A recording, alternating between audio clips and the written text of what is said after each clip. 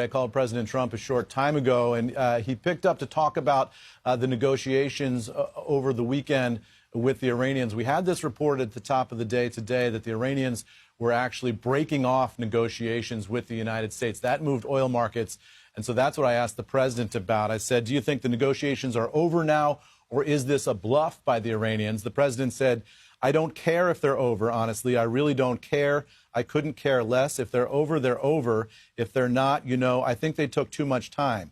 Frankly, I think they started to get a little boring. The president said he thinks that the Iranian side was tapping us along, that is, that they were stalling for time. Ultimately, on oil prices, the president was confident that he said oil will be dropping like a rock. He said, ultimately, if the Iranians want to try and have a nuclear weapon, I will blow them up to kingdom come. He said what this is all about for him is a strongly held conviction that the Iranians should not ever be allowed to have a nuclear weapon, and that American voters will tolerate higher gas prices as long as they know what the goal is here. I also asked him about Netanyahu and the Israelis. I asked, it seems to be that the Iranians are saying they're not going to negotiate until Israel stops attacking in Lebanon. Have you talked to Netanyahu about it? I asked the president. He said, this is about 40 minutes ago, he said, no, but I'm going to ask him what's going on with Lebanon. They've been fighting for a long time. Now, since our call, just in the past couple of minutes, we've seen a report on Reuters that crossed the wires a short time ago suggesting that the president has now called Netanyahu to discuss that. But at the time that he and I spoke, he suggested that, in fact, they had not talked yet.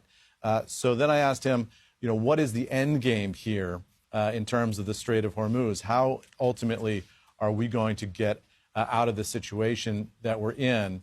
The president said he thinks that NATO should come in and help the United States out. He said they're the ones. He said, we don't use the Strait. We don't need it. We have a lot of oil. And I said, have you talked to anybody at NATO about that?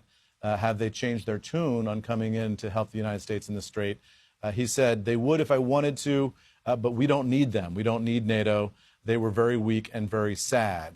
And the last thing I would leave you with is this idea of, where we go from here. I asked the president, when all this is over, how do you bring this to an end if negotiations are not happening and the ceasefire is in place? I asked him, is it time to end the ceasefire?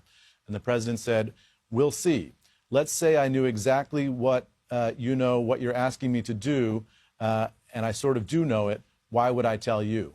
So the president there suggesting that he does have a plan that he's not going to talk to the media about, naturally, to end this situation. But clearly, the president suggesting that he doesn't care that negotiations have wound down with the Iranians. And he thought that the Iranians stringing the U.S. along in the first place and that those negotiations took too long. So there you have the U.S. response, Kelly, to what we saw this morning from the Iranian side saying that they were breaking off negotiations. Back over to you.